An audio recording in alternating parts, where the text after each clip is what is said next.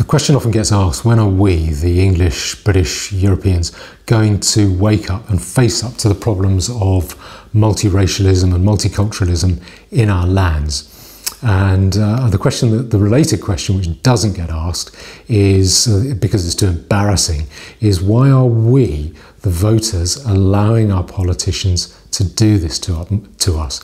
And why do we keep voting them back into power knowing that they're doing this to us? Now, I want to answer this question, and in doing so, I want to refer to this book. It's called Hitler's Beneficiaries by a fellow called Götz Ali. I don't get any revenue for talking about this book.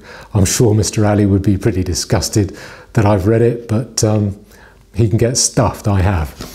Now, the answer to that embarrassing question, why do we keep letting our politicians do this? It is an ugly and embarrassing answer. The answer is simple: welfare, the welfare state. For as long as that continues, we will go along with pretty much whatever else governments are doing.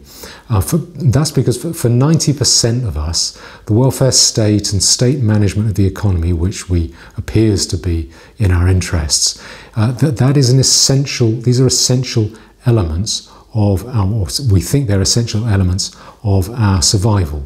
The NHS, pensions, education, roads, unemployment insurance, old age care.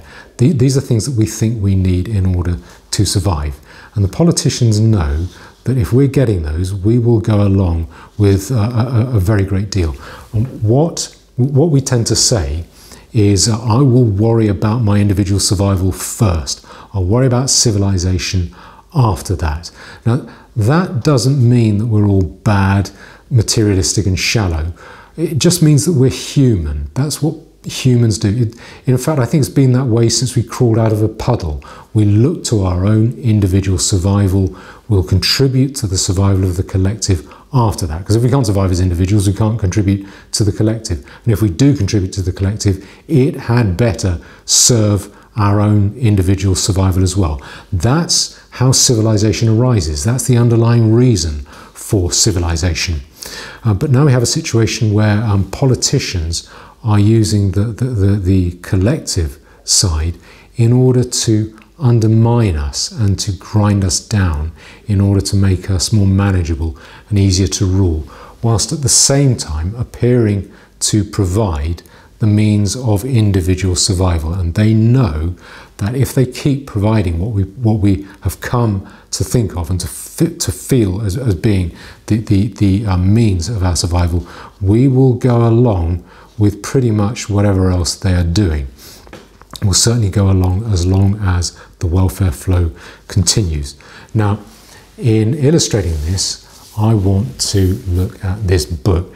Now, what it's called, or its full title, is Hitler's Beneficiaries: Plunder, Racial War and the Nazi Welfare State.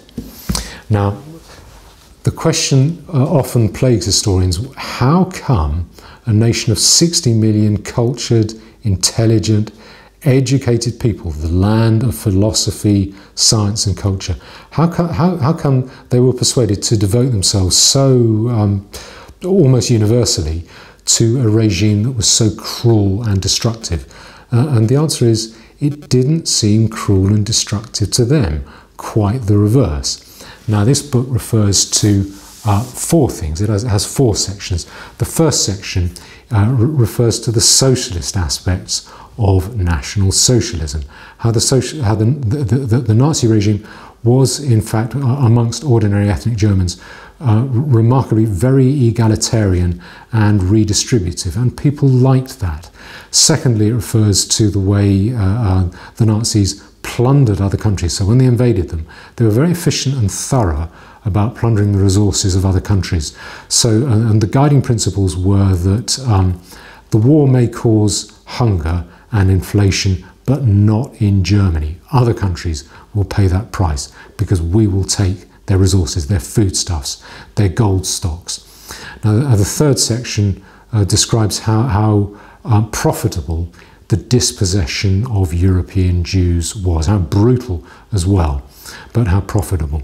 And the fourth section, the culmination of the book, refers to how the, quotes, cascade of riches and personal advantages led the majority of the populace to feel that the regime had their best interests at heart. Now, I want to refer to a couple of quotes to illustrate that. One's on page 4, where he says, readers of these pages will encounter not Nazi monsters, but rather people who are not as different from us as we might like them to be. The culprits here are people striving for prosperity and material security for themselves and their children. They are people dreaming of owning a house with a garden, of buying a car of their own, or of taking a vacation. Which of these doesn't apply to us today? And they are people not tremendously interested in the potential costs of their short-term welfare to their neighbours or to future generations.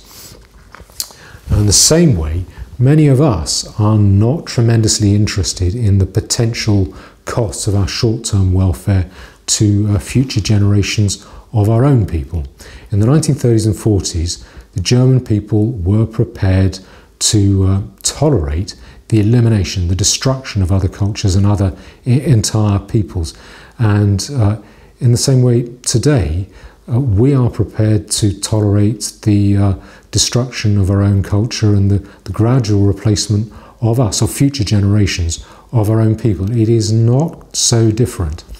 And the second quote I want to refer to is at page 6.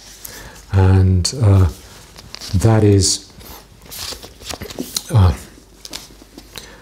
the material interests of millions of individuals first had to be brought together with anti-Semitic ideology before the great crime we now know as the Holocaust could take on its genocidal momentum.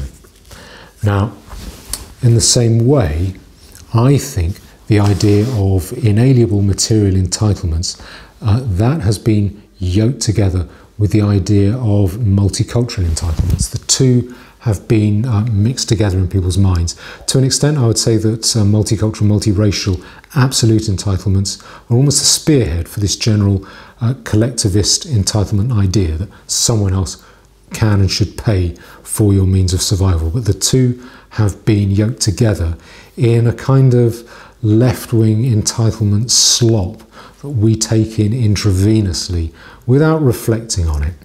Now, that means the answer to the question, when will we face up, when will we stand up to the problems of multiculturalism and multiracialism in our own countries? It means that the answer to that is when the welfare state and state management of the economy break down. And in the meantime, we do what we can. And it is not futile. We are not fools for responding to the train wreck down the line. I think the second thing it means is that the breakdown, the collapse, the failure of the welfare state is probably completely unavoidable. Because if you smash out, if you ignore and switch off all the other warning lights, and say the welfare state is the thing that we are committed to, that's the one thing that we want to keep going, we're going to switch off any other warning light, then you make the welfare state all the more vulnerable because it lacks the protective structure, the warning structure around it. I think that breakdown of the welfare state is inevitable, unavoidable. I think it is likely to come at the end of this decade. It's actually it's very dangerous putting timings on things. You can usually predict what's going to happen, but things always seem to take longer to come about than you might think. But what is criminal about this, particularly about the timing of this, is that the multicultural, multiracial problems, these are likely to come to a head at the same time that people are feeling betrayed and bewildered and very frightened for their own material survival. Now, that is a very ugly cocktail, and In the meantime, it is important to do what we can.